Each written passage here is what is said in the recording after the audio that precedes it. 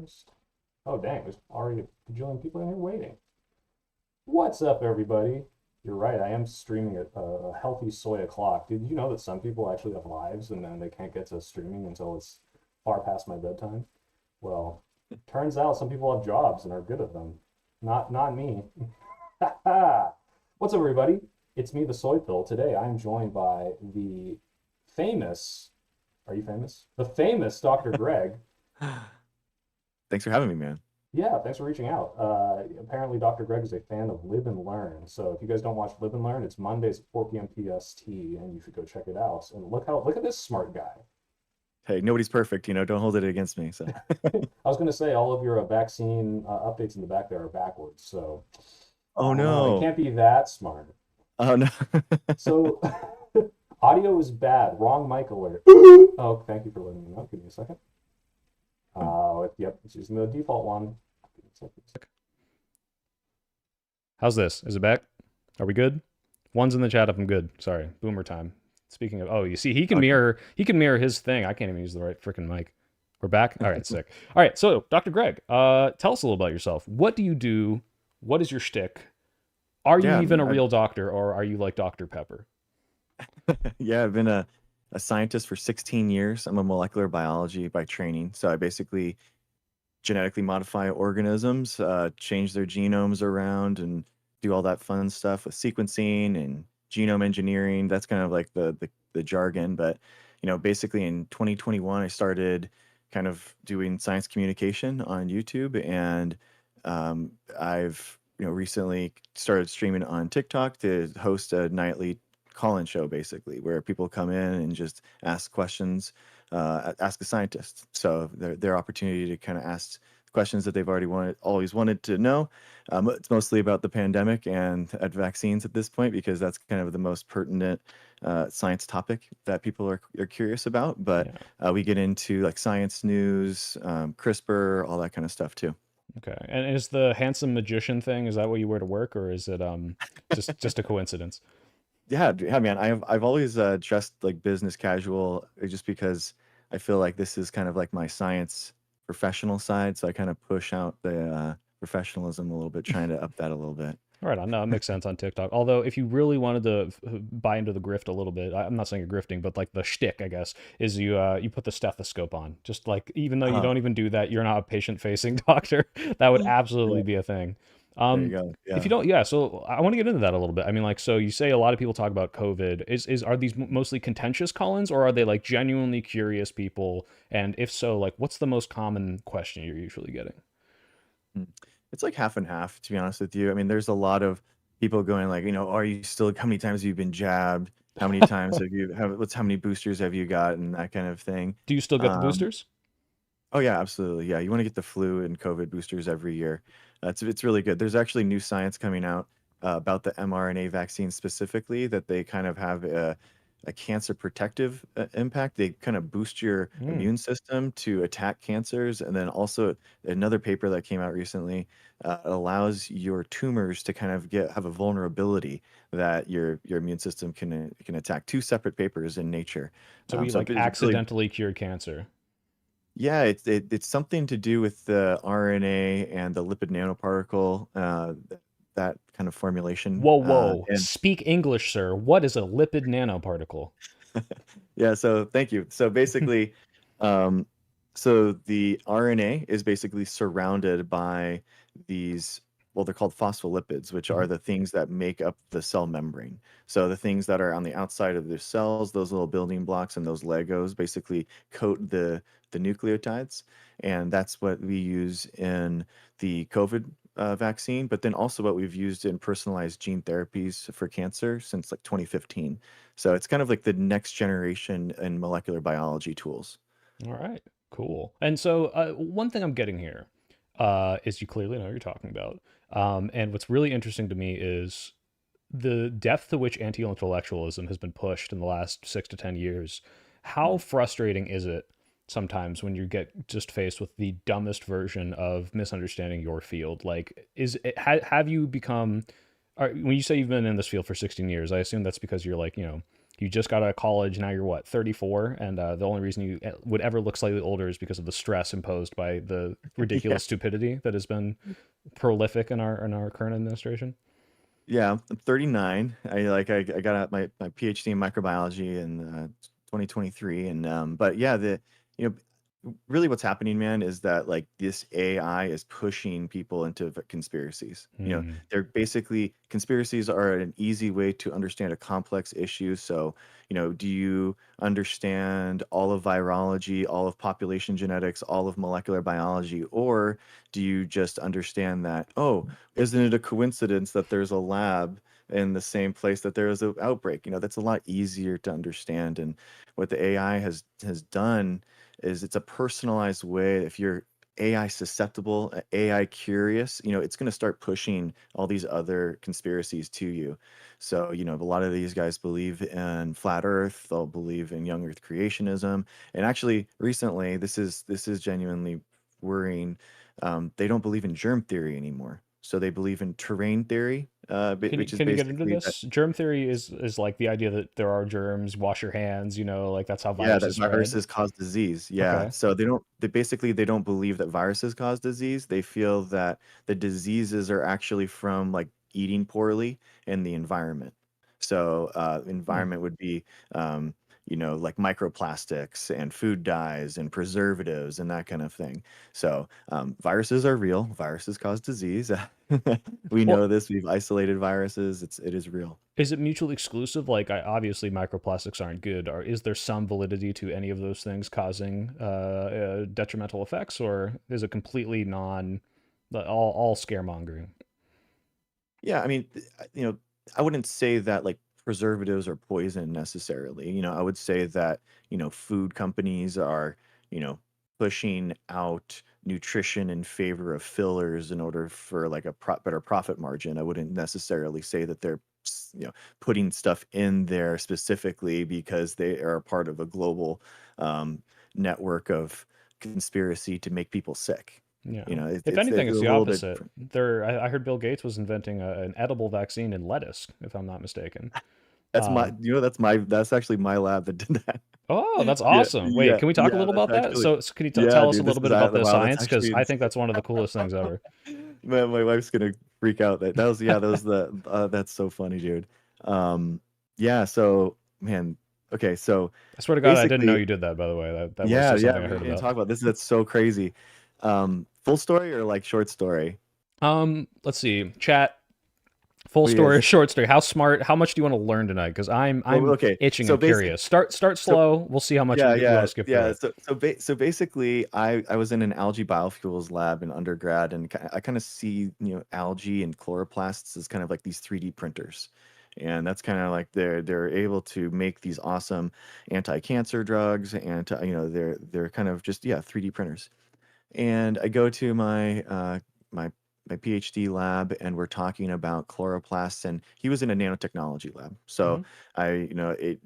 he's basically delivering these DNA, not by lipid nanoparticles. So lipid nanoparticles are coating the outside of nucleotides and the RNA.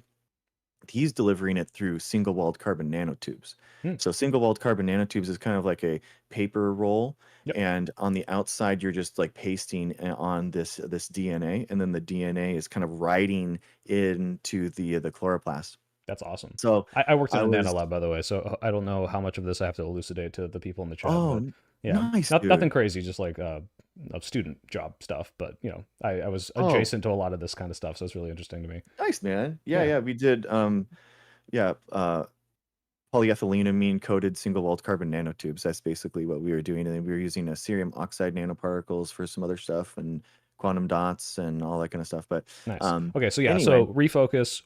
yeah, How does yes. this lettuce vaccine work? And Yeah. how do I avoid getting the Bill Gates vaccines, well, like in my burger? Tell me So about it. basically, I'm telling him like, hey, we could probably make these RNA viruses, RNA vaccines inside of these chloroplasts, and so he and especially since this is the time of COVID, like these are 2020. I mean, these are huge. Um, basically the government's pushing money into these programs. So my professor applies for this grant that is to deliver this stuff inside of land plants. So the idea being that you could massively and rapidly create vaccines inside of like a field of plants if you needed to. So instead of having to like go to a fermenter, you could just like go to like a field of lettuce or a field of spinach. And those are spinach is what we used because spinach is really amenable to genetic techniques. So Okay. basically it's like a really good workhorse that we use in molecular biology a lot. So Would you say they, that Popeye spinach. the Sailor Man maybe predicted the future 80 years early? He is Yeah, strong to the exactly. finish because he eats his spinach, Yeah, you including would never eat vaccines. this. You would never eat it because you would never want to eat single-walled carbon nanotubes because that would ingest it and the single-walled carbon nanotubes would get inside you. You don't know how long it'd be like you would never do this. You would try to express the protein or express the RNA and then you would extract it. Oh, okay. So I Hmm. misunderstood because I read it like a layman, which was Hmm. I saw a lettuce vaccine and I thought, cool, I can't wait to eat my new vaccines. But what Yeah. you're saying is you grow the vaccine, not substrates. What am I thinking? Like the substance of which you would like extract from the lettuce in the lettuce, and then you still inject it at the very end of the day. Yeah, well, I mean, theoretically, you could eat the spinach, if you were to, if you wanted to, like that would be the end goal, right? That would be the end goal to eventually do that. But this project specifically wasn't to do that. Sure. That it was just to use the current available technology to see if it was possible to do this so that we could like theoretically make more COVID vaccine Okay. So theoretically. when And the conspira heads come at me and they're like, don't eat lettuce anymore, don't eat veggies, like it's a yeah, big psyop from big government, that I can tell them, actually, I spoke to the yeah, guy who worked on this, and it's to yeah, harvest it's the crazy, dude. vaccines. And what happened was Michael Flynn. Michael Flynn got Oh no. heard of this. Yeah, dude, it was crazy. It was on his podcast that he brought this up, and he goes, "Yeah, I actually talked to the guy that did this, and he thought it was a big mistake, and he's not going to do this anymore. But they're trying to put vaccines in salad dressing, so he didn't even understand Yeah. like what was This is happening. the game He of had no telephone, idea." yeah. And then that I thought it was dead. I thought that was crazy. And honestly, that actually made some problems for us. Like so for the lab, the professor got harassing emails. We had Mm, people that had to get like escorted to their car in the parking lot because they didn't feel safe. Like jeez. it was it was actually pretty crazy. Um, and anyway, so I thought it was dead. And then 2 years later, I see this thing popping up on my news that Tennessee is banning vaccines in their food. And I'm like, what?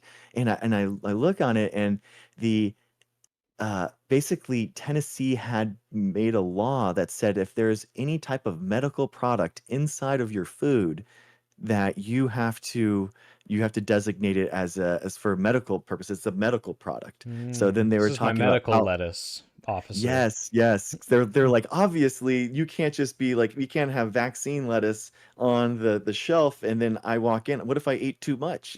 So, So this is interesting because it's like I had the wrong idea about this, right? I saw a mhm, headline and I thought, "Oh, you can eat a vaccine." And mhm, if I was a lawmaker, yeah. why would I not take the 3 seconds that I've now done where I ask the guy working on it, is this Yes, how this works? Before I draft a whole law that goes through several yes. houses of like state Congress Exactly. and then sign it into law. That's ridiculous. Exactly.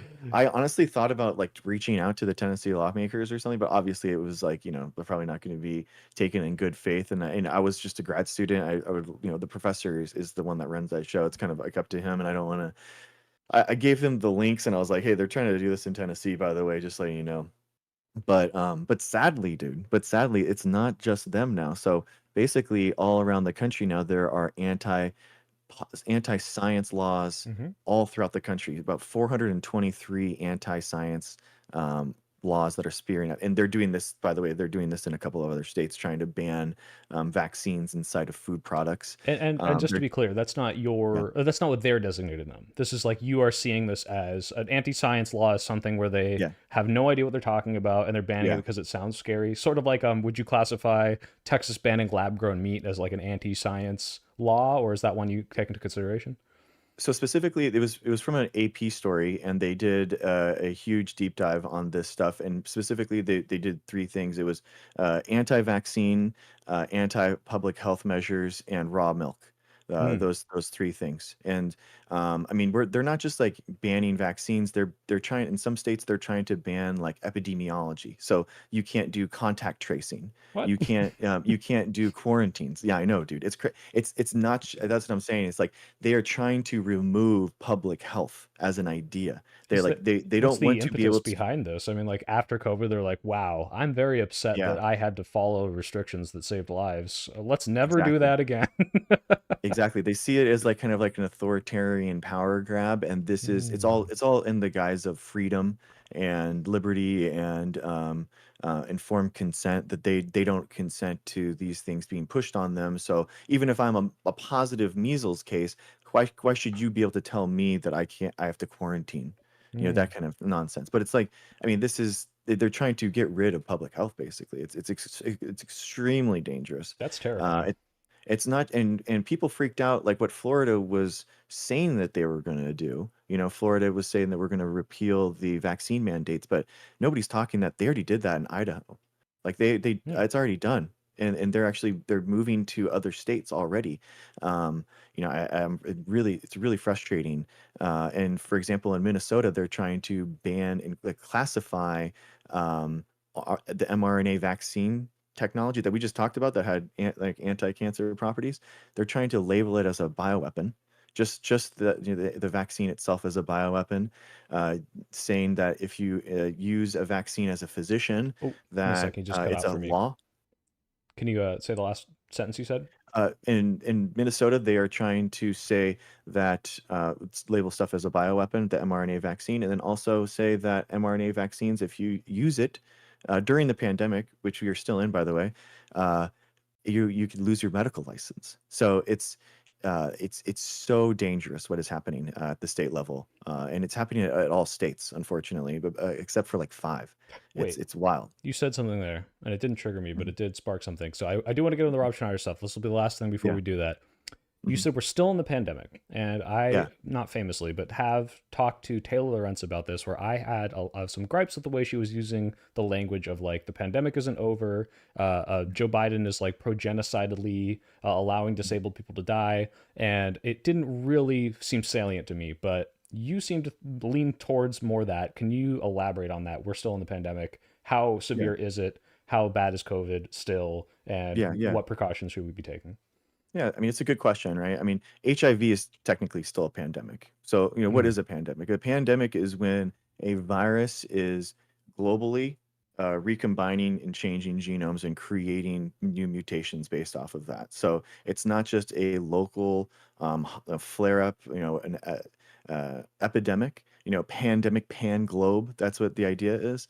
So COVID is, which SARS-CoV-2 causes COVID-19. So SARS-CoV-2 is still in a pandemic. Um, how bad is COVID-19? I mean, last year about 40,000 people died from it. This year we're talking about like 12,000, 15,000. and It's a that's on par it's with a like lot flu less. numbers, yeah, more or less, or am I getting that right?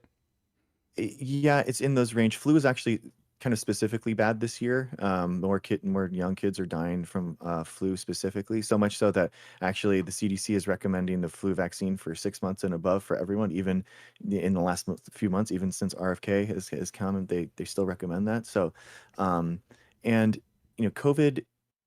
So basically, we're not seeing the death toll from COVID, but the big question for COVID is long COVID. Yeah. So basically, COVID is a neurodegenerative disorder that we're finding, and it's wild, man. People come in and try to troll me and be like, talking about whatever the pandemic's not real or whatever, and then I start talking about COVID symptoms, long COVID symptoms, and this one guy was like, dude, I've had that for years. Like, what, are you serious? And I'm like, yeah, dude. So, I mean, we're talking, fatigue. That's kind of like what we thought long COVID was like chronic fatigue syndrome. But we're noticing that it's a lot more. So basically, SARS-CoV-2 will infest an organ in your body, and your body just can't get rid of it, and it'll trigger a lot of different things. So like seizures, tremors. So like your hands, you'll think that they're like shaking, but like in to everyone else they'll be the same. So it's like your hands just like your hands are just moving Like phantom constantly. vibrations or something. Exactly, Hmm. exactly. Wait, tell me all the And symptoms now so I can get really paranoid. We got so like seizures, phantom vibrations, fatigue. losing your sense of taste, your smell, that kind of stuff. You can also vertigo, so you feel like you're constantly kind of just sick to your stomach when you get up. Mm. Yeah, it's manifesting in a lot of different ways, and it's a neuro thing, so it's kind of connected to anything like that. So, And so but what there's are you a doing to how you seem to understand this as it is harmful, dangerous, potentially long term. What precautions do you recommend do you take? so basically what we found is that it's about asymptomatic people can take it, can get long COVID. So asymptomatic is no symptoms. So SARS-CoV-2 is in your body, but you don't have COVID-19 symptoms. So Mhm. you can get like long COVID that way. So and every successive infection increases your chance of Yep. long COVID by 10-15% every time. So you get infected more, you have more of a chance for long COVID. So basically the idea is to not get infected. Okay.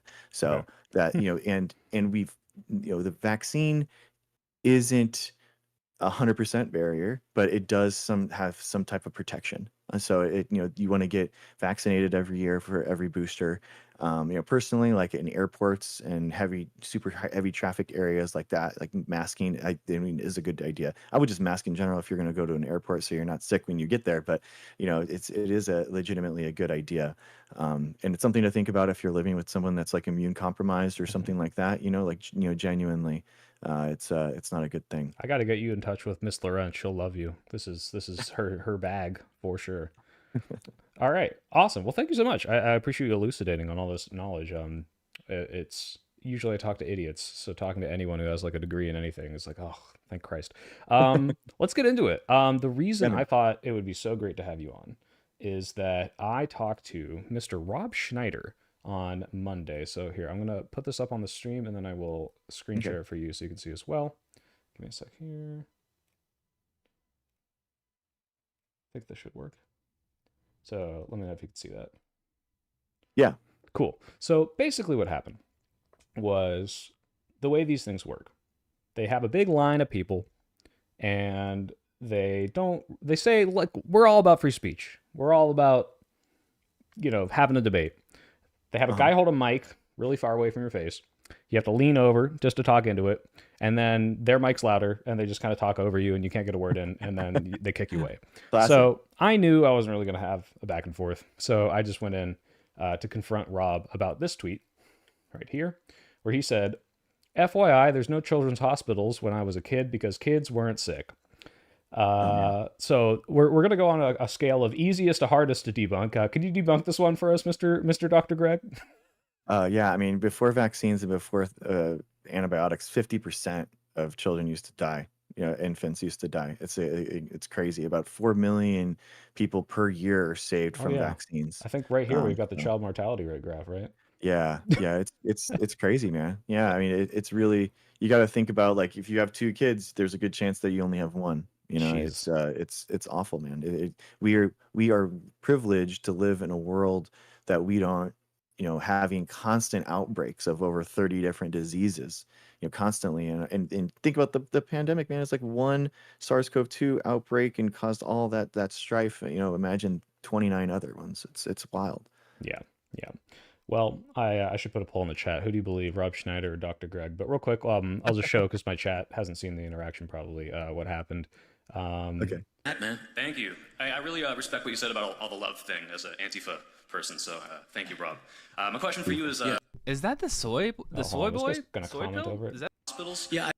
Children didn't get sick when you were a kid, so there weren't children's hospitals. Yeah, So my question is, does your wife firewall block Google, or are you just unfathomably retarded? So that was my question. I didn't really get much past that. And then Oh shit. I think he I don't says, love hold it. on, I Oh, wish the I soy hold on. pill Does he just have the link to it? I don't want to listen to this guy listen to me. coming in hot. That's a good question.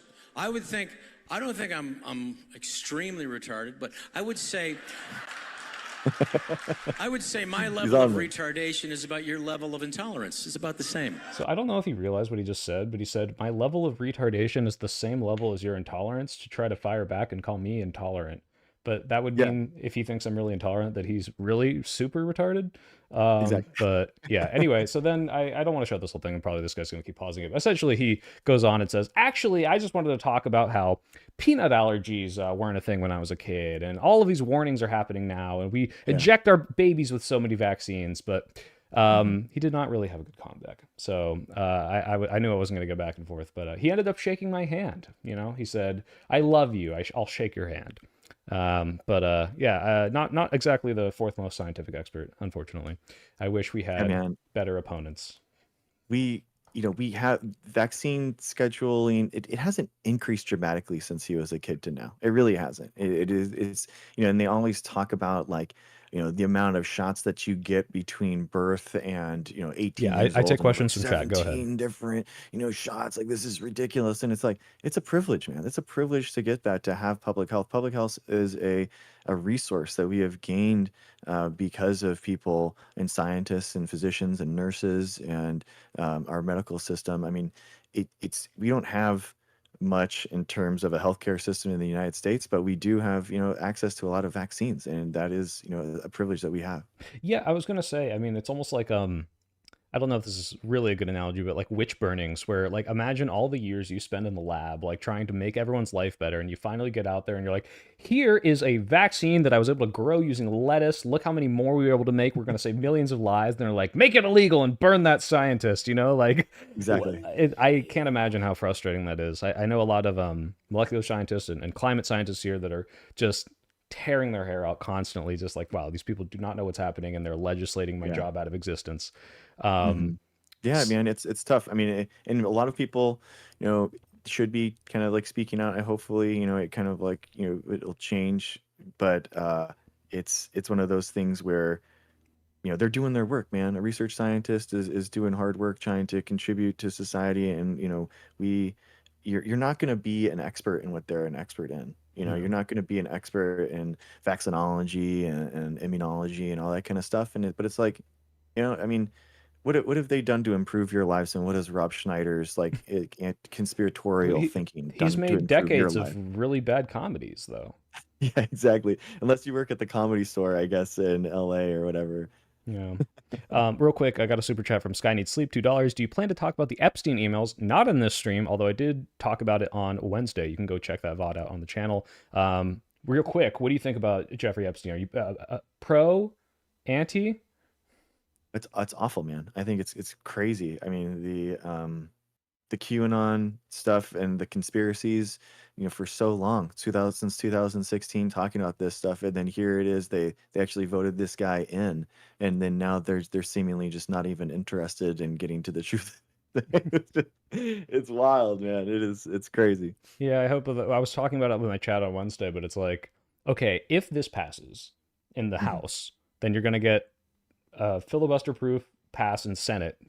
You need 60 votes in the Senate, and if you get Yeah. that, then it goes to the president's desk. He'll obviously veto it, and if you do that, then you need 67 votes to break the presidential veto. Which, like, is that going to happen? I'm very, like, black-pilled on if this actually gets anything out, but maybe more leaks will happen. But regardless, we're not here to talk about Epstein. Yeah, that's all right. We're all on board with it. Let's go It's through all right, guys, the rest of the stream. Yeah. We're gonna go through Rob Schneider tweets, and I'm gonna come at them as a layman reading them on Twitter, where it's like, all right, Dr. Greg, I'm not a doctor, I'm not a molecular scientist, I have no PhD. I read this and I'm like, I know if I did like a modicum of research, I know it wouldn't be true. It sounds very stupid, but I don't have the I know what that is off the top of my head that I think you do. No pressure, because you're gonna have it immediately. Yeah. So are you ready to Yeah. debunk? I might not. Oh, We'll you see. might not. Well, that's the thing. That's how we know you're smart. Is like Exactly. you'll be like, actually, Yeah. don't know if we encounter Yeah, something. that is very true. Yeah, the Dunning-Kruger effect. All right. So this is the first one.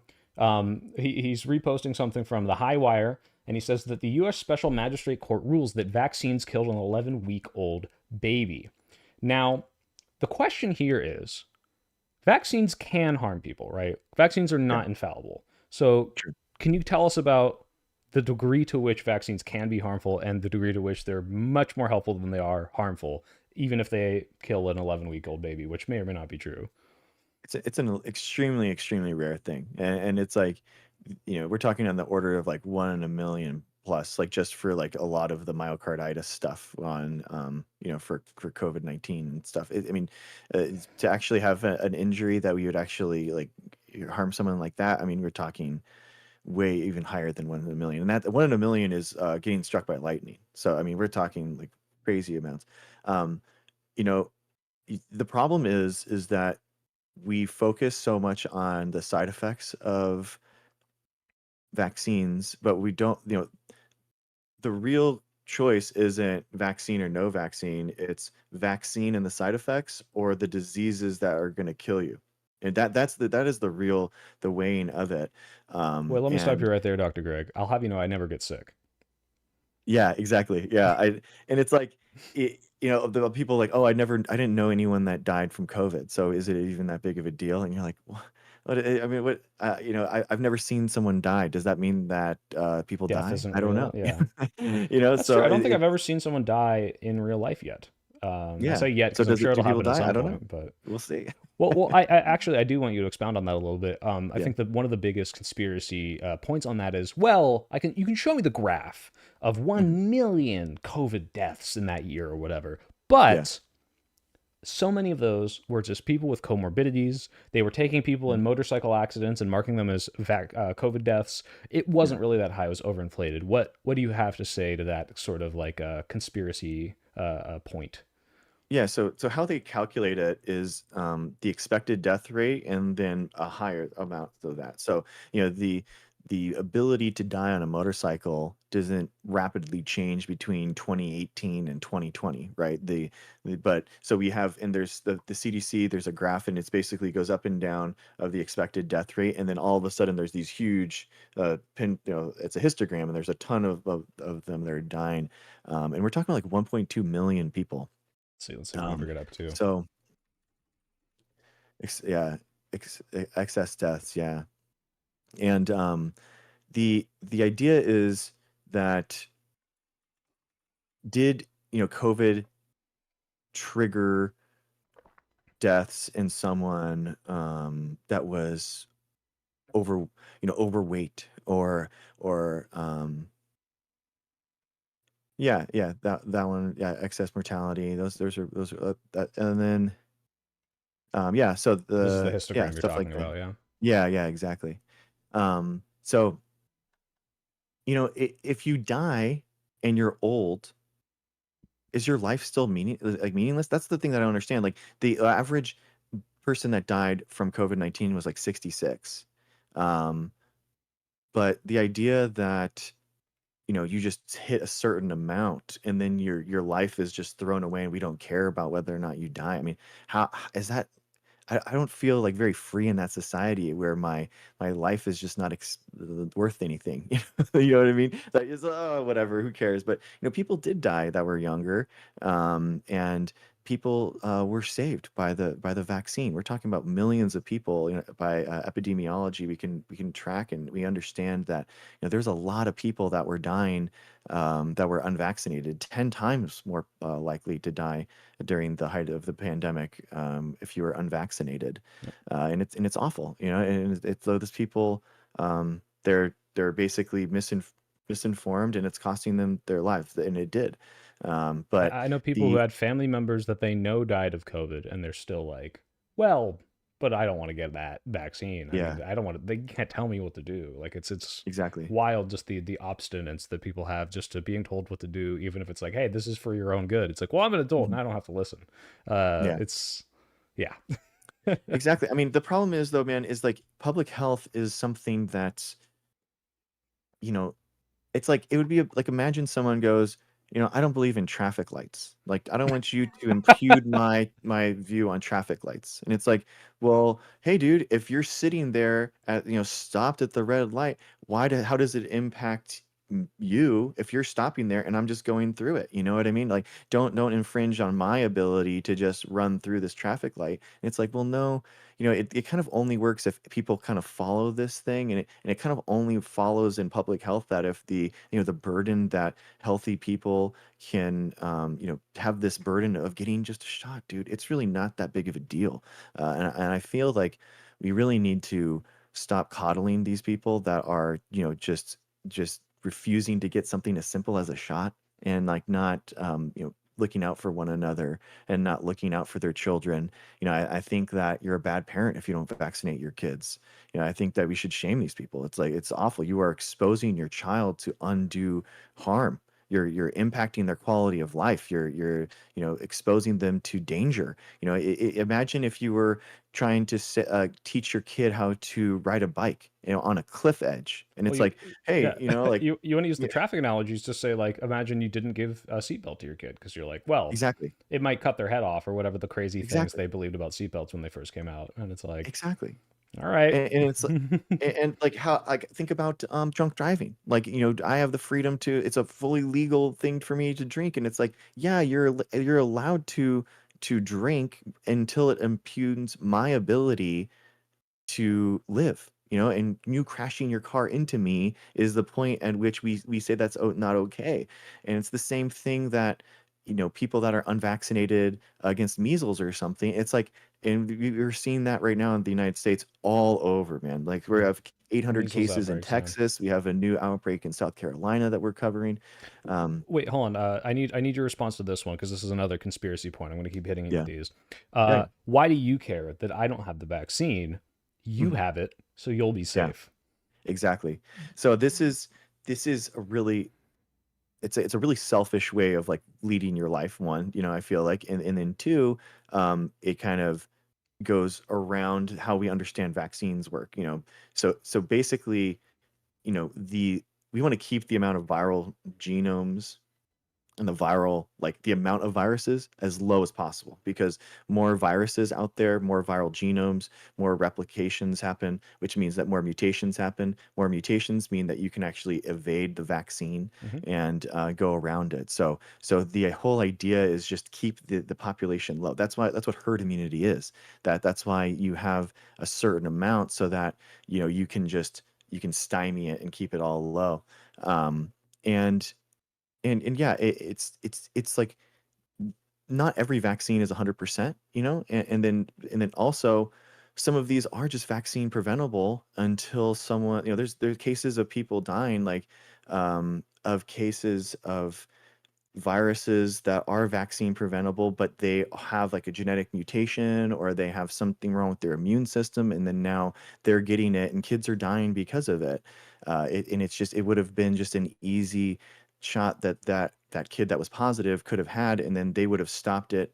But really, they are, those parents that are not vaccinating their kids, they're really making the choice for not just themselves. And this is the selfish way of thinking about it, but the reality is that they are making that decision for everyone that they encounter in their life. Mhm. Every single person that they encounter, every single crowded space, every single, classroom, they're saying they've made the decision for that classroom that they're going to expose them to every disease that they have. And that's just disgusting, and that's not okay. It's patriotic to get vaccinated.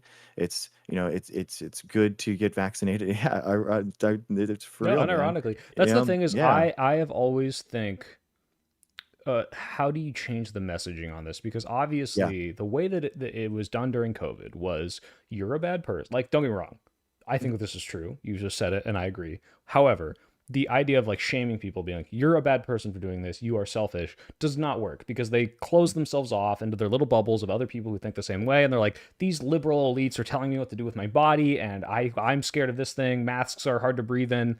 There needs to be like a better way to frame this. In the same way, like, I know so many people who used to be in the military who were happy to get those vaccines. They're like, yeah, and like, I'm gonna keep mhm, our military strong and safe and inoculated when we go to the malaria infested jungles of wherever thing we're doing imperialism. Doesn't matter. Uh, yeah, how do we reframe this? I'm not expecting you to like solve the rhetoric on this right now, but like I'm always thinking, how do we reframe this to where it's like, oh, good, I'm doing this for the good of the country. It is patriotic to say, yes, let me not spread like disease to everyone. In the same way you Exactly. say, don't drive drunk. In the same way we were like, loose lips sink ships, don't blab about your government secrets in the middle of the subway, right? Like there needs to be a way where people don't lock down and feel defensive when you tell them you should get vaccinated, and if you don't, you're a bad person. And instead it's like, hey, like I'm doing this, don't you want to? You know, like kind of framing it as this like social positive instead of a social negative.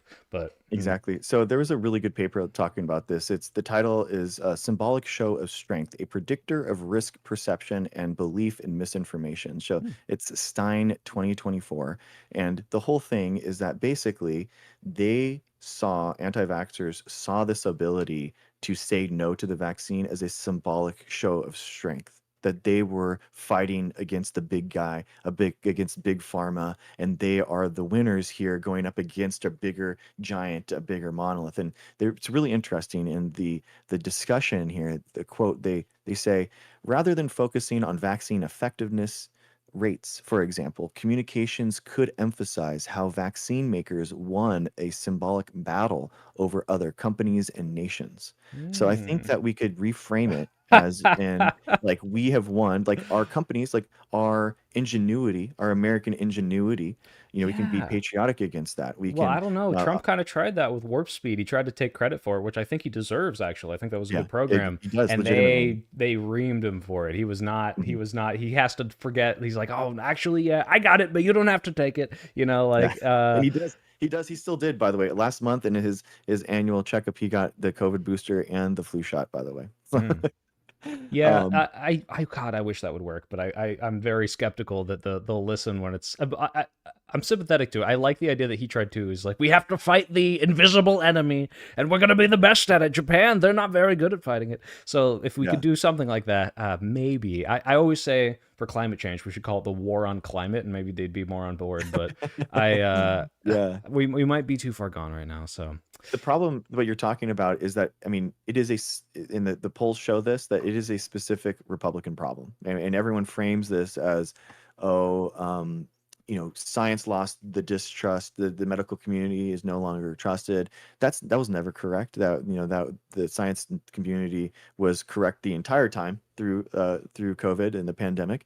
It was Trump that sowed discord, that sowed distrust, that sowed misinformation. He spent the first 4 months saying that the pandemic wasn't real, that it didn't exist, and then he specifically overrode the CDC and their best practices through the DHS to cause harm to Americans. The Lancet did a posthumous retrospective analysis over the first couple years of the pandemic, and 300,000 people specifically lost their lives because of Trump's actions specifically. So, Jesus, you can like track this, it directly to that. That's insane. yeah, epidemiology, yeah, the allowing people in from Europe, and then also letting that cruise ship off the coast of California into Southern California with no PPE, no quarantining.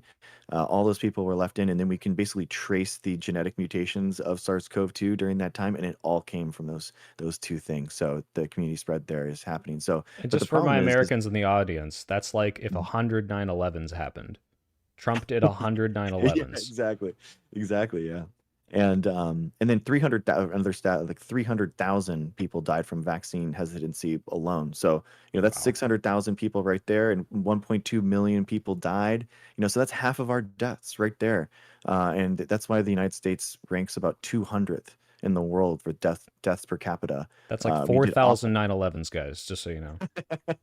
Exactly. We did awful, man. It's like, but I think, as Trump is a demagogue and how he spouts this stuff, I think that's where a lot of this comes from. It's uniquely a Republican problem. It's uniquely, them buying conspiracy problems.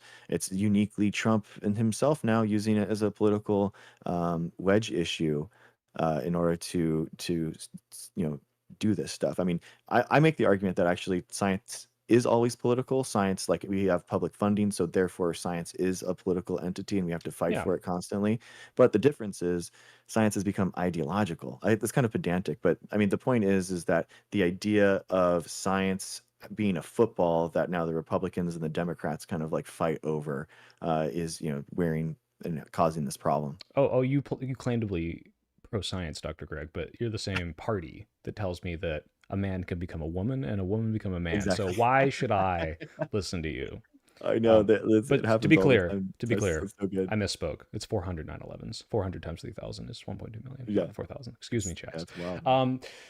Yeah, wow, that's scary. We could have so many conversations about just kind of the state of anti-intellectualism in the government right now. And I mean, yeah, we have RFK now and the Health and Human Services, which is I think some more news. I don't know if you've heard of them, the Cody Shody.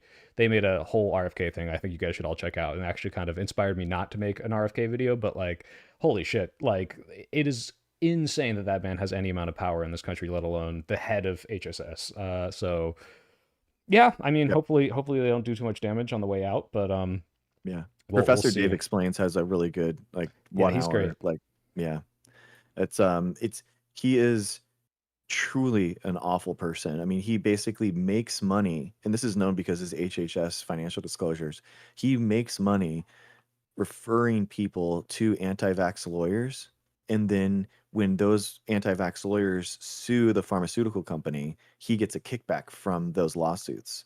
So he's specifically now, even now, as there's a big, he gets paid like yearly from a Merck lawsuit out because basically these vaccine panels will pay out like 60% of them just in order to make it go away, as opposed to having to try this stuff, because these anti-vaxxers use the law because they can't use science, right?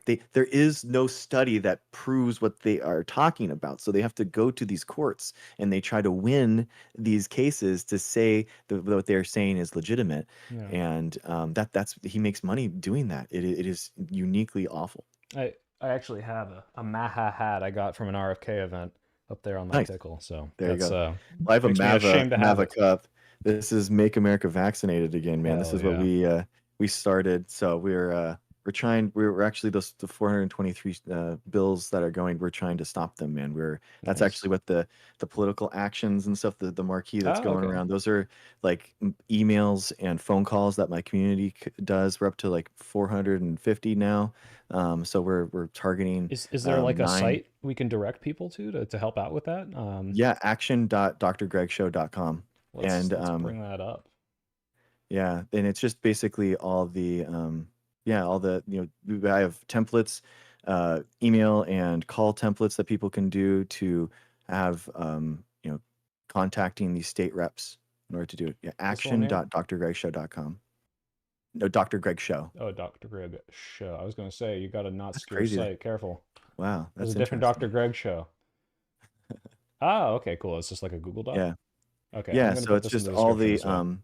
all the what the bill is, what it does, where it is, a email template, a phone call template for an out of state call or email, and it makes we're making a difference. We've actually had multiple reps contact us, say that this is good that you're contacting us, that this is important, that the Democrats either need to like stand their ground, and it's a 50-50 Senate kind of thing. So now we have to put pressure on them to not move, or we're contacting Republicans that are like physicians and stuff, and we're like, what are you doing? We're gonna save this. I'm gonna leave it open. We're gonna do one at the end of the call. You're gonna help us because I want everyone to know how easy it is to help make stuff like this happen. Nice, man. All right, let's get back to Rob Schneider, the man of the hour. Okay. All right. Nice. Oh God, reload. All right. So we kind of covered this already, but did you know that vaccinated children have 496% more autoimmune diseases, 453% more neurodevelopmental disorders, more asthma, more atopic. I don't even know what atopic disease is. So this must be true because they're using a big word that I don't know. Yeah. And after 10 years, 57% of vaccinated versus 17% of unvaccinated had chronic illness. So clearly we got to stop giving vaccines to our children, right? What do you think? Yeah, head in the sand. There is no weather. I mean, the problem is, and this is it's interesting. So there's the biggest vaccine safety study to date is a Denmark study, 25 years long, 1.2 million kids, tracked them, no neurodivergence that was found, and this study There's not a single was really, autistic child in Denmark. there, yeah, exactly, No, I'm sorry, go on. exactly. Lots of Tylenol. But basically, in the study they talk about, like, because only 2% of Denmark is unvaccinated, and they talked about how they couldn't use that 2% as a negative control. They couldn't control the study against those 2% because they're such an anomaly. They don't get any pediatrician visits. They don't seek medical care. So So they're they're almost like not getting. Jehovah's Witness, like completely like Yeah, Luddite, like no medical exactly. stuff. So a Okay. lot of times, like, they're just not going to show up, and then they, a lot of these studies, or this false stats, come in and they say, oh, well, there you go. None of these kids are having problems, and it's like, no, they're just, not getting seen, or they're, that's a huge problem. So it's Um, just like the Amish thing where they're like, the Amish, they don't get yes, autism or exactly. ADHD or They do. If they cancer, get and it's like, vaccinated, no, they yeah, just don't go to the doctor who would exactly. That diagnose them with that. And some demon gets them when they're 47, and that no one can explain it in the community, and they don't report it to anyone. And it turns out exactly. it was like And lympho cancer or something. and they get vaccinated, dude. Like, the last time I looked into it, it's like 65-70% of Amish people get vaccinated. So it's like, they just even lie about this nonsense. It's exhausting. It's you know the the amount of people, like, another one that people say, like, during the pandemic is like, more people died that were vaccinated in the pandemic. And you're like, well, Right. yeah, Because like more people were 70% of. vaccinated, right? Yeah, exactly. 70% of people are vaccinated. Like, what does that even, that doesn't mean anything, but it's just, stats are very deceiving. Hmm. That's why you really, this is like a misinformation primer, kind of like how you can avoid it yourself. Like, the stats that people source, are they peer reviewed? Is it from a publication? Is it Well, this one's from actually a been tweet with some published? emojis in it. Is that valid? Double exclamation mark emoji, by the way. So so vaccinated kids. So it's you want to make sure that it's from a good source, and that the reason why you peer review something is because it's very easy to correlate data that is completely unrelated. So, like, for example, the autism cases correlate perfectly with organic food sales. But Mm. organic food sales aren't causing autistic kids. But same thing with Google Chrome usage. It's like we can have all these correlative data points, but to find causation, to see if one thing causes another, that requires science, and that requires studies, and that requires rigor, and that none of these anti-vax people do at all. Yeah, the classic one. I don't know if you're old enough for this. Do you know what Pastafarianism is?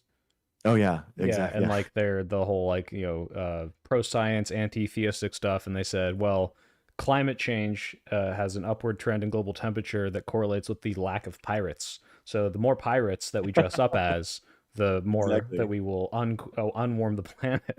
exactly. All Yeah, right. it's Well, wild, man. on to Rob's next one. This is more just, do not vaccinate babies. For those with Mhm, autistic children or grandchildren, there's a very serious analysis below.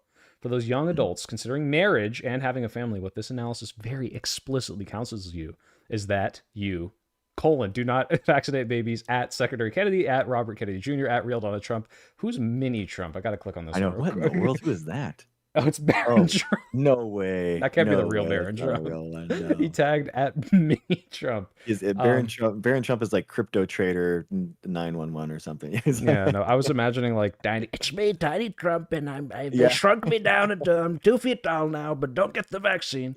Um, exactly. so let's look. Can you Um, walk me through this analysis? And right now, dude, McCullough. So the McCullough Foundation, okay, that is put out by a medical guy that was putting out so much nonsense during the pandemic that he lost his license.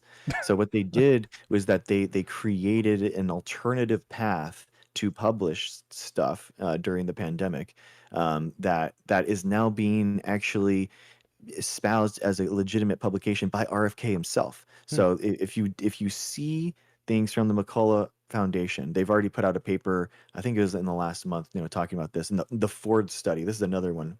The Ford study hasn't been published yet. It hasn't been peer reviewed, but because it's uploaded to some Senate.gov, Google Drive, now everyone thinks it's legitimate. But again, um, basically, we vaccinate kids as newborns. Hep B is the one that they all focus on, because those babies are the most susceptible.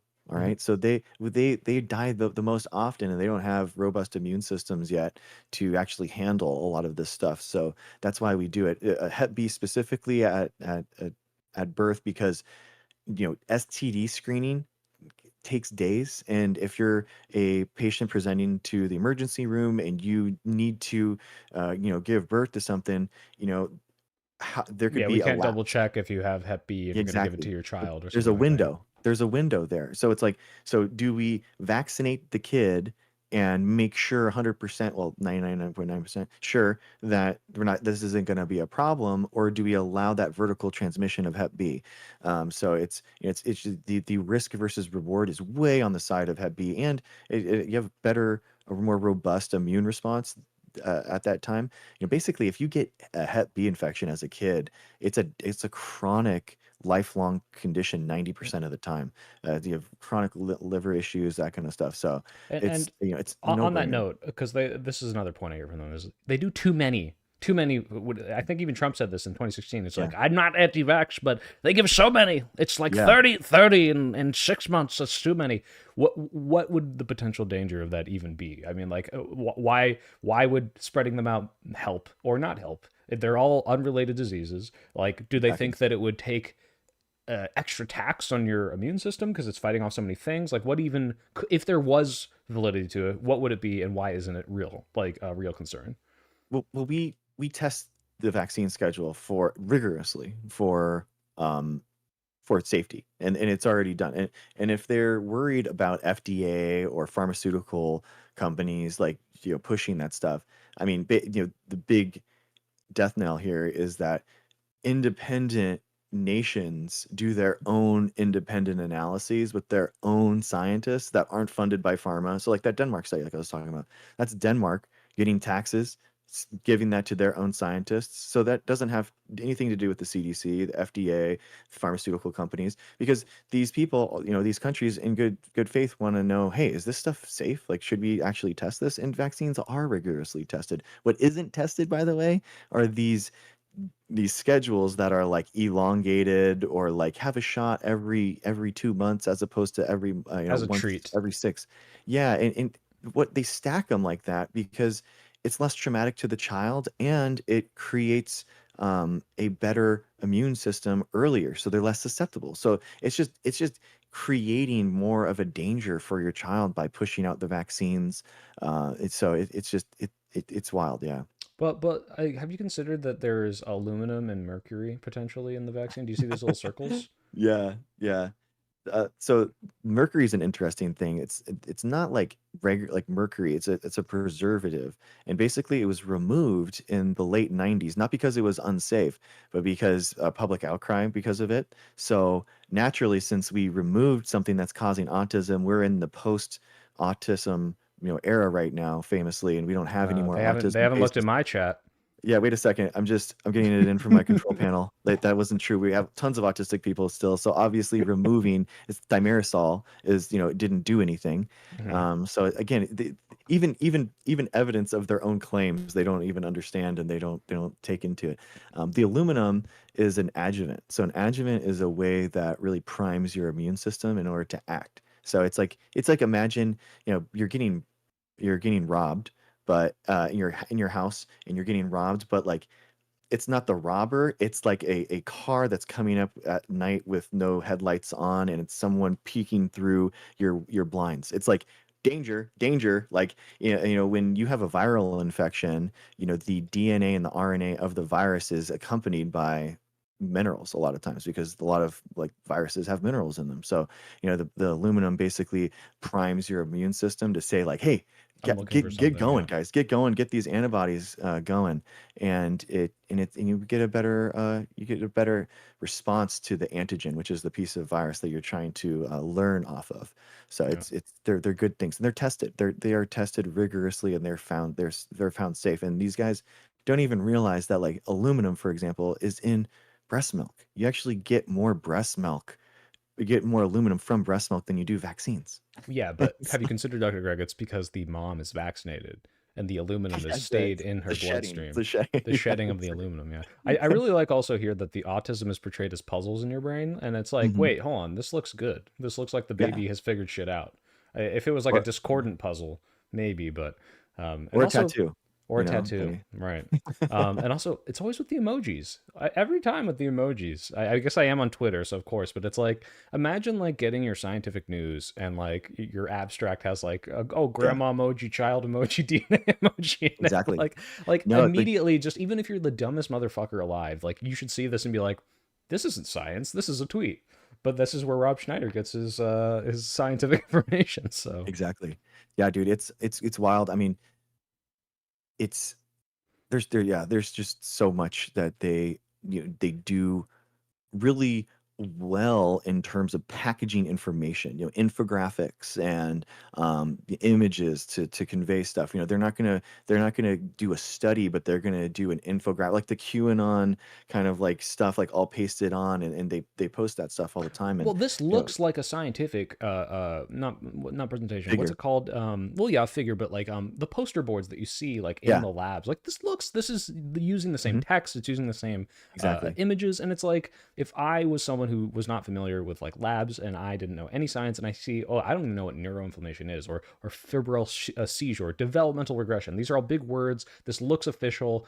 Look, it's got citations on it. Like Mm. this works on people. I get why. And it's just so frustrating that like we need people who actually know what the fuck they're talking about to come out and be like, and this is why you're wrong, and somehow be able to also not make them, bottle up and shield and be like, no, you're being mean to me and I don't want to listen.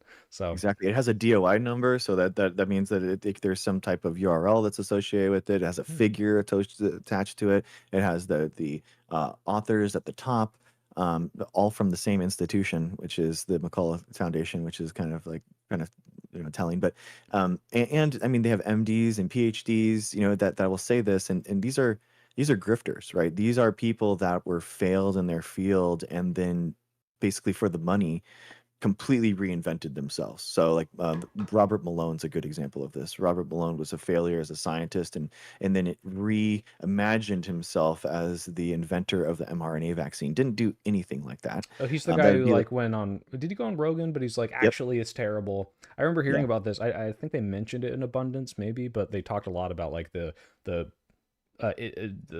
who invented kind of our mRNA vaccines and also the technology that went into making it so they could be stored yeah, for a while and shipped and mhm, logistically like transferred to the entire country and the world. And then like this guy comes in and he like maybe did something adjacent to it at a certain point and now takes credit for yeah, it and is like, and it's terrible. And he knows because there's a whole hunger for thinking it's the worst thing in the world, right? Like, oh, exactly. they're changing our DNA. Oh, Exactly. Yeah, yeah. in 1989, he delivered through lipid nanoparticles like the ability to make green fluorescent protein. So GFP is not a vaccine, and he's basically discounting, you know, 15, 20 years of molecular biology where they had to fine tune which nucleotides go into a vaccine, and there has to be protective parts of the nucleotides at the end that doesn't make a DNA, it doesn't actually make the protein, but it protects it somehow. And lots and lots of research that had to go into it. But he's claiming it basically be like the inventor of the model, not even the Model T, but like some like the It's like Pinto, one of the those Ford Pinto. planes that you see in those like reels that it's like it's got 16 different like wings and it just collapses and it's like those people taking credit for like what the Wright brothers Yeah, did or like the jet exactly. engine or something. Yeah. Yeah, or the 747. You're like, no, Yeah. this is completely different. This is a completely developmental path. Just because designed the Camry doesn't mean that you had anything to do with the F1 car this year. It's Yeah. ridiculous. Yeah. Well, this is good. You saved me from falling down the anti-vax It was, pipeline. it was a close one. So this one's interesting. I wanted like had I a longer back and forth with Rob, I would definitely bring up that he is very constantly posting things from the People's Voice. Are you familiar with the People's Voice? No. So the People's Voice is like just this fake news website. Okay. But people will just take screenshots of their headlines, and especially I like that they always have this little double check mark that says fact checked by the People's That's it. Voice community, which means True. absolutely nothing. There you go. But talk to me about this. Hospitals have reclassified vaccines as biogenetics, and they're injecting people without consent. Now that's two claims there. What is biogenetics? And heard of it. why is it bad? You've never heard of it? I never heard of it. No. Oh. No, I have no Okay. idea what he's talking Well, about. even he doesn't know. See, this Yeah. goes even further up than we could possibly imagine. Exactly. Have you heard about well, maybe we can find this article. I know they always just post a screenshot, but let's go to Yeah. the People's Voice. Let's read through it. I is. love the People's Yeah. Voice. I People's genuinely, I tell people, like, the number one way to discount anti-vaccine rhetoric is sometimes just to go to the things that they send you, because in the title, sometimes the title will completely discount what they said. It was the claim. I've had that happen numerous times, where someone linked me something. It was like, this is what you need. This is the point. Make my point. I open it up and it says something completely different, and you're like, you didn't even read this, dude. You didn't even read your own paper. But basically, I mean, this is basically talking about something that they've said in the anti-vax community a lot of times, where they reclassified what a vaccine is, because that there's some CDC website or something like that. They were talking about gene therapy, the difference of gene therapy and a vaccine, and it's a vaccine is something that's presented to the human body that creates an immune response to to create a teach your better body immune to system, fight basically. against it, right? And like Yeah, mRNA yeah. is different in the sense that, like, yeah, we want to create that, but like we can directly talk to your ribosomes to make those things on their own, rather than here's the disease. We're like, hey, here's the sequence of nucleotides that will make the immune response without giving you the little piece of the disease. Yeah. Yeah, exactly. And they wanted to classify and be more specific in their language, versus like the personalized gene therapy anti-cancer drugs They that were wanted to started in 2015. hide the Yeah, truth exactly. about what they're Yeah, doing to our bodies by posting that's it it. publicly on the CDC website, actually. Exactly. Yeah. And that's notoriously where all science resides, is on some CDC subpage. That's what we all talk about. That is it. Well, I found the Yeah. article. There we go. The People's Voice, where mainstream fears to tread, but not us. We're not scared. Yes. Let's go. So, hospitals have quietly reclassified vaccines as by. Oh, look at this. Look at these sidebars. Look at this. Oh my God. Already, just Bill Gates' chemtrails program designed to kill 100 million Americans. Oh True. my God. Wow. I'm so happy they're breaking. Yeah. So just to be clear, if you're reading Rob Schneider's Twitter and you see anything with this little symbol, if you already were skeptical of it, just go click on the link and think and read for yourself. So a shocking whistleblower from within the hospital system has come forward with a grave warning. The term vaccine is quietly disappearing from medical consent forms, replaced with the broad and deceptive category of biologics or biogenetics. Don, do you know anything about this? Vaccines disappearing from medical consent? No. Yeah, no. That's because you haven't, because you don't read. Brand new. You don't look where because you are the mainstream that fears to tread onto the people's voice.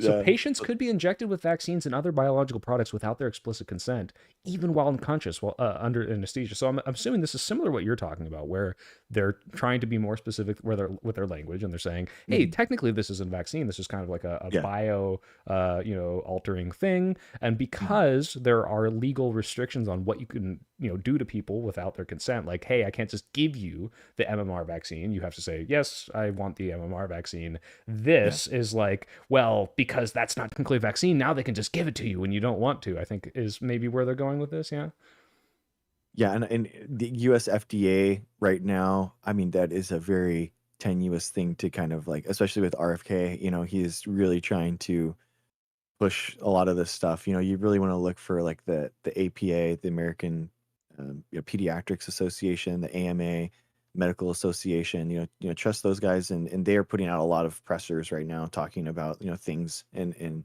what best guidance that if you're ever like curious. But this tenuous just because of RFK, unfortunately. Yeah, and I like too that the Ouroboros of the Twitter linking to, well, it doesn't even link. You got to go find it. Then you find it, and the evidence is this TikTok on Twitter. But this here it is, the disappearing language of vaccines. This is kind of what you were getting about. Who is Baxter Dimitri? Oh, is this like a Russian bot thing? He covers politics, business, and entertainment, speaking truth to power since he learned to talk. He's traveled to over 80 countries and won arguments in every single one. Live without fear. Jesus Christ. This guy. Why I mean, it's a lot of it is like, they're like vitamin K shot, for example, like for newborns is given just for to stop brain bleeds. So it's like you could, and now a lot of anti-vaxxers, because it's a shot, they think that it's a vaccine. So now, they're trying to say no to it, and it's like Jeez. there's a huge thing in the medical community, kind of like, do we even need to give consent to these people? Do we need to ask them, like, in order to say, that we need to give a vitamin K shot? Like, it's wild. And the idea of at every single point in care, or do we need to have like informed consent on whether or not we're allowed to, like, can I make this cut in you? Is this okay? Is this you tell me what, are you going to say that? Would these people say that to like a brain surgeon? Would they say that to their oncologist for cancer? It's just, if for some reason they feel like they have this ability to micromanage, vaccines and molecular biology, when they really have no idea what any of that is. Yeah, I think it should just be a thing at the beginning, and this is, do you want me to save your life? And they have to check yes or no. And if they check yes, they're allowed to do whatever it takes. Otherwise, just get the fuck out of my hospital. Which is interesting, because the top comment from Big Mo says, "This is bullshit. I, for one, am not going to the hospital for anything. They have become There you go. killing Finally. fields." Jesus. Like, it's funny, but it's also just like, these people are going to raise kids who, like you said, like, they're making those choices for their children, and their children are going to die. And that's Yeah. it's abhorrent. It really is evil. But you can't say that, because then you're shaming them, and they'll wall themselves off. This one actually was I was going to cover on my own. I totally forgot I had this one open, but it's funny. It was just new study. I'm sure this is from the People's Voice. Says that CO2 is physically impossible of causing global warming. So he's also a climate denier too. But I would have to get into the science of that. I'm probably going to make a video on climate denialism, and call it "Everyone Owes Al Gore an Apology." Yeah, that makes sense. I'm an ecology undergrad, so that's Oh, shit. actually that is where I've actually dedicated my life to trying to mitigate the harms of humans on the environment. And that's why my PhD was focused in algae biofuels research and stuff like that. So All right. that's its own can of worms. I would love to get back to a world where we were trying to work on generational problems and solve things. That'd be nice. All right. Well, let's go through. We got two more here. This one is it's an excerpt from Vaccines on Men, which I'm pretty sure is an anti-vax book. What? So this is how I kind of diagnose whether or not things are true. I find someone who found a book that's on anti-vax, then I have them open to a specific page, and then I read that one photo, and then I'm done. Then I'm sold. Oh So my God. let's read through this. Oh yeah, you're just like already like, 'cause some of the stuff, like, I don't know what it's saying, but let's read through this. Tell me when to stop. All studies relied upon by the CDC to claim that neither Energex-B nor Recombavax HB do not cause autism, and all studies relied upon by CDC to claim that Prevnar 13 does not cause autism. So he's listing a bunch of studies that say, like, here's the CDC saying that it doesn't do this. Whereas, after conducting a search of its records, the CDC identified the following studies responsive to the Freedom of Information Act requests. It is hereby stipulated and agreed by and between the parties, by and through their respective counsel, that based on the foregoing, the above captioned action is voluntarily dismissed. As is clear from this court order, the CDC was finally forced to identify specific studies to support its claim that infant vaccines do not cause autism, and not a single one of those 16 studies, or 4 reviews it identified, support the claim that vaccines injected into infants, so DTaP, Hep B, HIB, PVC13, and IPV, do not cause autism. Instead, they included that 15 studies and 3 reviews concerning MMR and thimerosal. This is the one you were talking about, right? That they got rid of in all the vaccines. 1 study concerning antigen, not vaccine exposure, and 1 review concerning MMR, thimerosal, and I thought it was TDAP, not DTaP. Am I crazy? Yeah, it is TDAP. Yeah. Then why is it You're right. DTaP? I don't know. I think it's confused. wrong. Anyway, meaning of the 20 studies and reviews identified by the CDC, only 1 involved a vaccine on the CDC schedule given to infants. TDAP. This was the review. It is DTaP. It is DTaP. It is DTaP. Okay. Okay. Yeah. Well, this was the review that the IOM published in 2012, discussed above, which failed to identify a study to support that it does not cause autism. So, what can you say about this? Is this the CDC quietly admitting through this anti-vax book that vaccines actually maybe cause autism, but we can't admit it? Yeah, I mean, immediately I'm thinking, like, why isn't he linking to any of these studies? Well, like, hold on. there's no footnotes. Go to the EndNote 78. Oh, okay. So all the studies that he's Go saying. to Okay. this. Yeah, you got Okay. to manually type Interesting. in a hyperlink from the bottom of this like Yeah. physical Yeah, book. exactly. It's a bit.ly link. Um, I, I, it's tough. I mean, these, they're encapsulations of all these things, and they it seems like they're correct, and this is, they're linking all of this information, but like this is not how science works, right? This isn't a systematic review, it's not a meta-analysis, it's not anything like that, and this isn't peer reviewed. So it's tough when they're using these big words and they're listing all these studies. It's like, but the problem is that there's this thing called misattribution. So you can link a study and say that the conclusion of that study is X when in reality they mean Z. And now that author would be like, hey, that's not what I said at all, you know? I see that So happen all the time. yeah, so the idea is, he's just, I mean, it's just a overload of stuff that would take a long time sentence by sentence to decode.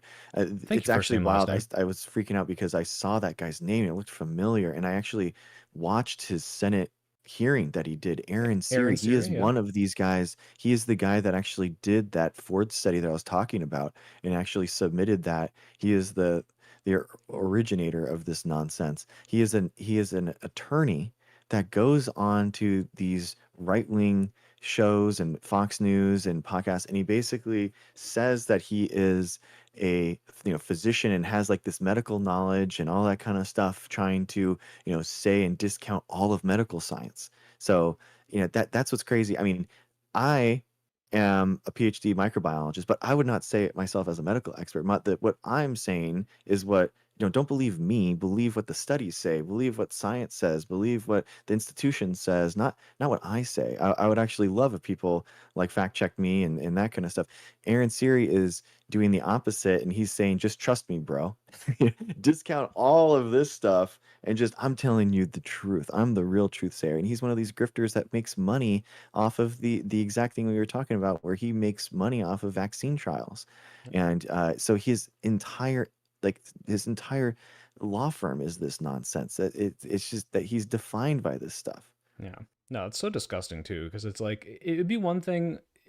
It's hard to be mad at the people that get sucked into these bubbles, because it's like Mhm. I know that you're something led you to be more credulous of things, or incredulous of things, or credulous. Oh, I'm using that word wrong. Anyway, they are more skeptical because of whatever reason. Something happened in their life where they're like, oh, the doctor said this and it turned out not to be true, and then they get these information bubbles and they're just like, well, I don't believe Yeah. the establishment. And like, I don't hate them. It's more of just like, Mhm. dang, I wish I could educate you. But if you know better and you're still doing Yeah. it because you want to get money, like you truly are like the scum of the earth. Like you're literally, Exactly. like you said, potentially killing hundreds of thousands, if not millions of people for a check.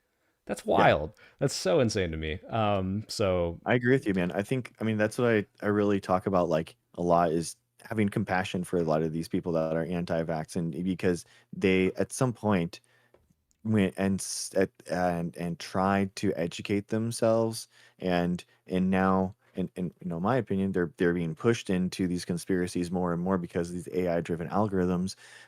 But they've read all of these headlines. Think about it in their point of view. they've they've seen thousands of headlines now that say one message, and then now I'm coming at being like, no, actually they lied to you and I'm telling you the truth. So I'm one person versus their thousands, and it's like it's kind of hard to imagine a scenario where they just think, oh, okay, that's a great point. And I think that for the individuals, we have to be compassionate and we have to welcome them up. We have to extend a hand and we have to lift them up. We can't push them down. we're But saying don't go the in front of a crowd of hundreds of people and call them retarded. well, no, I'm saying that for the individuals, but for the person that's disseminating this nonsense, the Hmm. grifters, the actual agents of the disinformation, where the disinformation agents that are actually creating this nonsense, those people we have to be ruthless towards, and we have to tear them down, and we cannot coddle these ideas anymore, and we have to show how insane these people are being. And if people are not in good faith trying to learn anymore, and they are trying to harm people, then we have to engage, and it's not okay that they're pushing this stuff. Okay, so you heard it here, guys. Be mean to Rob Schneider. Be nice to your uncle at Thanksgiving. Yeah, because it's unironically. a pyramid, it's a pyramid work, you know. You gotta hit the people at the top hard, but not the people at the bottom. All Yeah, right, yeah, let's exactly. do one more, and then I think I want to do a call. Okay. I think we're gonna do a call for your cause. But real quick, apparently citric acid is not a harmless ingredient. Now, I correct me if I'm wrong. I've heard that citric acid is you know, what they use to make, like, you know, orange and lemon candy, right? Like you see this Yeah, in like it's Skittles, naturally yeah. but That's I an mean, overgrown plate, dude. That's gross. That is so disgusting. it's comes from black mold, so it must be bad, right? It's a toxic GMO. Look how fast this is. They don't, it's like they're pretending to be like citation. They're just like Pfizer probably states that citric acid bad, relying European citrus farmers, but a citric acid might like. How do people look at this and think yes, this is legitimate? And then I'm like, wait, I know how. The It's emoji. already, I mean, It's the emojis. it's found in citrus fruits, like already. Like not Yeah. that's not how they make it. And you don't have to. Like the natural origin of citric Sweat. acid would just Yes. be like lemon juice. Like you know, it's not, Yeah. And what's crazy to me about it is like I think they're like banking on the idea that it's acid or that it's mold, that it's like bad. But yeah, this is the kind of thing that I would predict we'd see if they really had your, you know, lettuce vaccines on a massive scale. It's like you think this is natural? Look, we are exactly. harvesting the chemicals out of these GMO modified organisms and they're putting them in your body. Can you imagine the vegans Exactly. started off with wanting to ban cows because of cow farts, and now they're forcefully injecting vegetables into your body, Dr. Greg. They will There's a stop at lot that nothing. they want the natural stuff, and these things are chemicals and pesticides, and you know they're a bunch of dangerous things, and Wait, I they can't say a pause it. lot Do you like see this note? Number three, how to detox from mold is to sweat sweat. more. Oh, there it is. That's it. I wish. Yeah, that's crazy.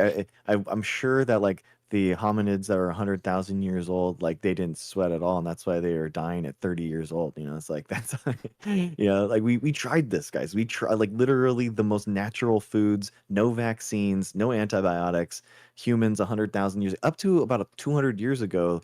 You know, people lived until they were 30. You know, they were dying all the time because of this stuff. Yeah. But this is actually why a lot of these people are religious, and they believe in young Earth creation, and because Noah was like 900 years old, and they think that humans can live that long. But because of modern, this is the terrain theory. This actually is what it is from Oh, that's they're making us sick. The modern world is making us sick, and that's why we're dying only at 80 years old now. So it's pretty ridiculous. you know, this is really But interesting, and this is for the future.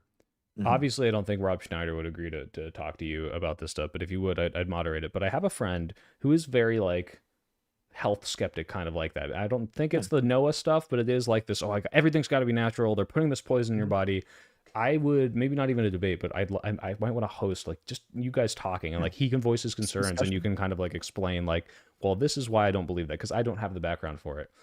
Yeah, I'd love to. I can't say why sweating more might actually be good for you or bad for you.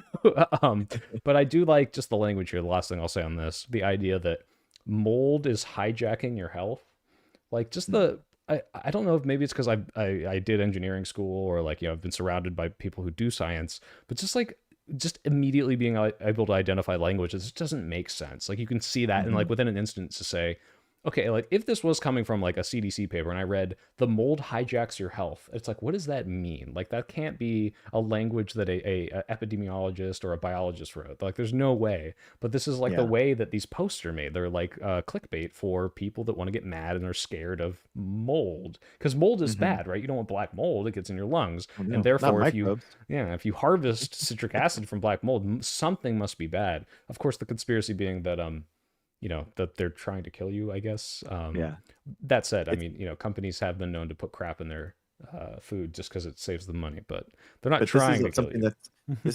that's been revolutionized actually in the last 15 years of microbiology is learning of the microbiomes that exist in the world. And there's root soil microbiomes, and one of the biggest ones is your gut. So if you actually took all the cells in your body and you just counted them, human cell microbe, you're about 50% microbe.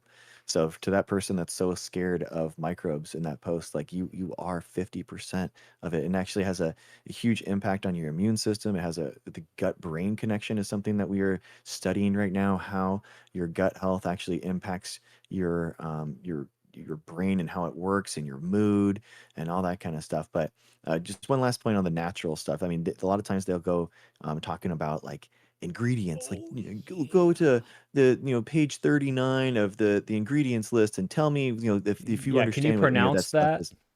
Yeah, so I always go like I'm like, all right, I just pulled it up and let me ask you, okay, is this like a poison? 2R, 3S, 4R, 5R, 2, 3, 4, 5, 6 pentahydroxyhexanol. Is that a poison? And they're like, yeah, I wouldn't want that in my body. And I'm like, that's glucose, dude. That's the IUPAC name for glucose. You just said that glucose is a poison. Like, what are you talking about? So- Yeah, here I have my Kirkland everyday vitamins, and it's like, okay, number one, corn syrup, number two, sugar, and then you get to the end and it's like pyridoxine hydrochloride. You're putting that in your body, and it's like, okay, well, what actually is that? And it's like, well, just one of the components to hold it together or something, right? Like, or for color, then it's like, Yeah. well, I can't pronounce it. It's like, well, Yeah. if we named everything like building block ABCs for chemicals, it would be very hard to classify things differently. Yeah. So we kind of made them a little complicated. Sorry. I And mean, also, I'm telling you, what's crazy, dude. I was talking about this, and I was doing a joke like about the Reese's cup. I did like a tier list for the candies and like how awful Reese's have gotten, and then everyone was in my chat was talking about like, yeah, it has gotten bad, and then someone linked me a video, and they were talking about how they were looking at the nutritional facts of like Reese's cup, and it has changed since 2024, and there is like some type of like different ingredients that they're doing in order to change the nutritional value. And one of the things that they were like hypothesizing was, basically adding like more filler in there and less fats, and that's why that doesn't taste the stuff like shouldn't it just so. be peanuts and chocolate? That really should all really, you would All think. I want the natural Reese's. Yeah, the ones that grow off trees. Yeah, Wait, exactly. real quick, I got another super chat. First name, last name. $2. Just thank you. He says everyone hates mold unless you're J.K. Rowling. Do you know about the J.K. Rowling mold? No. So she's been like increasingly more political and anti-trans Yeah. lately, and also like as she films videos in her house, you can kind of see like her walls are getting more moldy, and she apparently has like a Oh black mold no. infestation, and people Oh, that's so theorize like the gross. mold is hijacking her health and telling her to be evil. There you go. Yeah. good. Real Good. quick, last question before we do this call. Yeah. What are your thoughts on? I've heard this before. Ancestral diets people are talking about, where it's like, well, I'm from the Nordic area, and we used to run through the snow and Yeah. hunt the wildebeest or whatever the fuck, and so whatever I eat needs to be in line with what my Cro-Magnon ancestors do. Have you ever heard about this? I don't know why your metabolism would be linked like that. I would think that my gut microbiome would probably play a bigger role in that, unless you have like a metabolic disease. But I'm not a physician, so I don't honestly have no idea. So you're saying But there's I a mean, chance? for yeah, exactly. I mean, for health stuff, dude, honest, I do jujitsu and I work out, and I just basically do like body weight and grams per day, and that's like pretty much it. That getting your protein in is probably the best thing, because then you're satiated, and then fill the rest in with with vegetables, and carbs will kind of like come as they come, Yeah. and fats come as they come, but just weight lift and get out there, walk, and Wait, I know you're in a I suit. feel like Give us a flex. You swole? we'll see. I mean, Whatever you can whatever he's say. doing, he's aging well and he's got a good skincare routine. So I'm gonna follow this man's diet. Yeah, I mean, people again. This is like something that people try to really overcomplicate. I feel like, because everyone's trying to sell you something. I was So gonna you say, just someone gotta. pointed out that the citric acid thing we were on, they were selling also a bar that's like, well, you're worried Yeah, about all these candies and stuff, but our all natural nutritional health bar. It's very InfoWars coded, right? exactly, dude. On TikTok, I mean, you can have a TikTok shop, right? And a lot of Oh times my people will god. literally be roasting me about like my takes on nutrition and stuff, and then I'll go into their TikTok shop and it's all supplements and stuff. Yeah, it's like, Some you literally have a rosemary. financial incentive to yell at me. Oh. Exactly, dude. Like rosemary extract or something for $100, and you're like, "What are you doing?" Like, a healthcare, subscription service of the most insane profit margins on these things, and at the same time they're like, hey, be wary of pharmaceutical companies, Yeah, they they are always say making that, tons of follow money. the money, follow the money, and it's like Exactly. you are selling untested alternatives to people and scaring them into buying them. Like Yeah, vaccine people are just like, hey, the government told us to make this, so we're making it, right? Like, exactly, man. Yeah, it's frustrating because it's like I think that there's a good healthy amount of skepticism obviously for these pharmaceutical companies, and but and I share that, right? We should, I don't want to be seen as like protecting them from any type of critique, but they are using the technologies that are made from science. They're not doing science themselves, right? They're doing technologies that are created from the scientific process, and then they've encapsulated it and they patented it, and now they're improving on it. So like the Gila monster metabolism, that research studies that were done in the 1990s led to the GLP-1 agonists that we use today, which is like Ozempic and stuff yeah, like that. They didn't do the 20 years of Gila monster,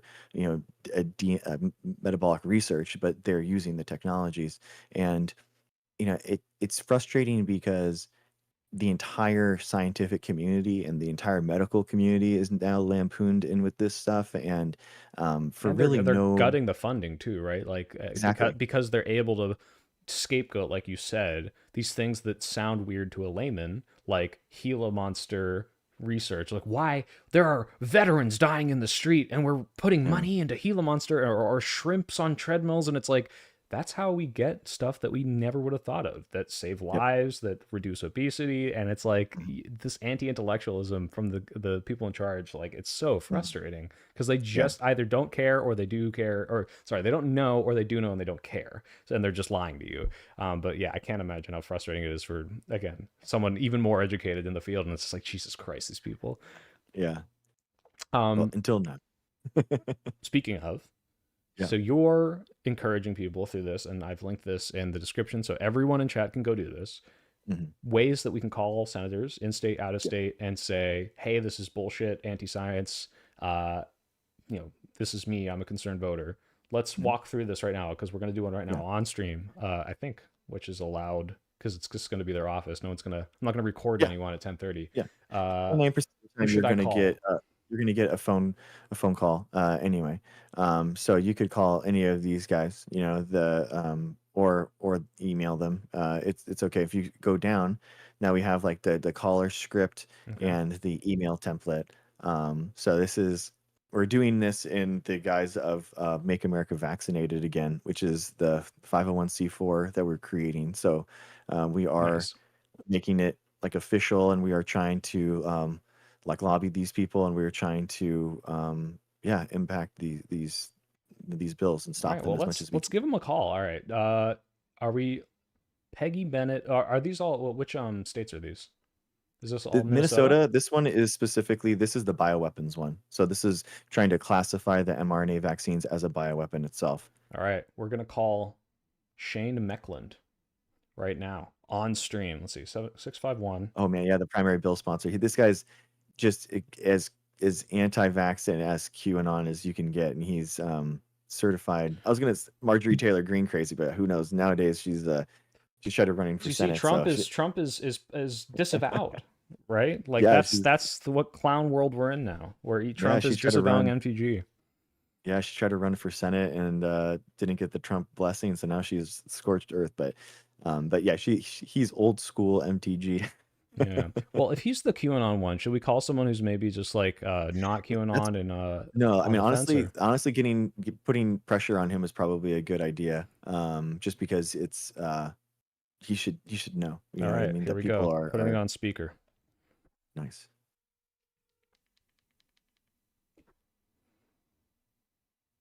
I wonder if they're home right now at 11:30.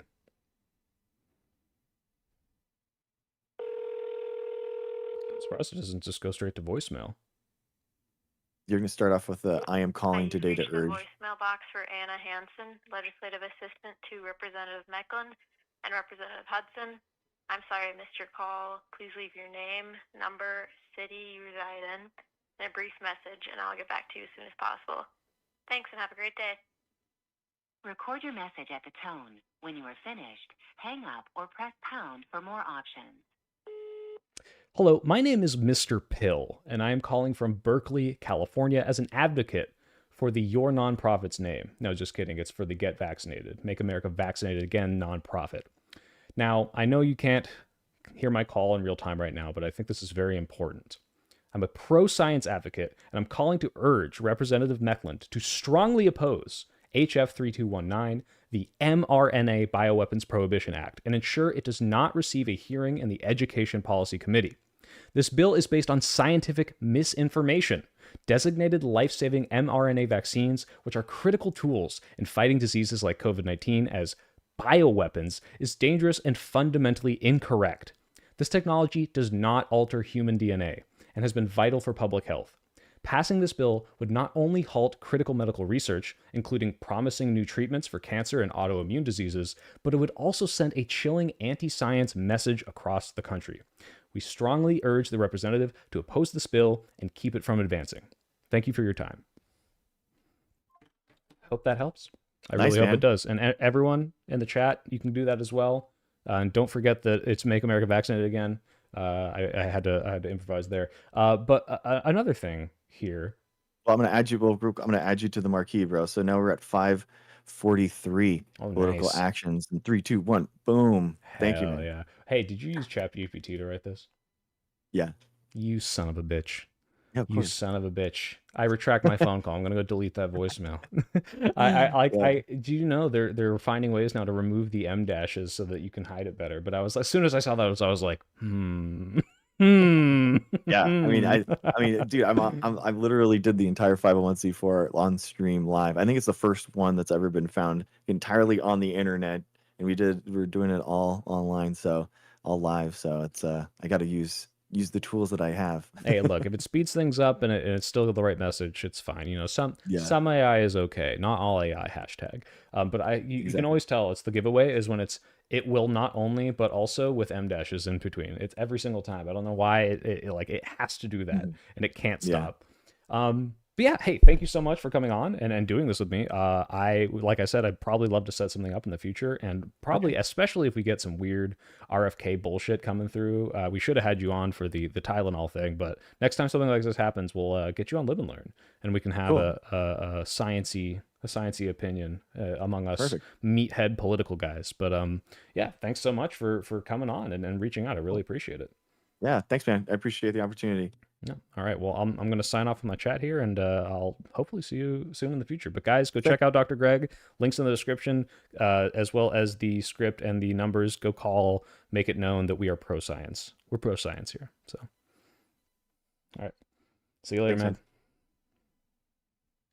All right, guys. I hope you guys enjoyed him. He was really cool.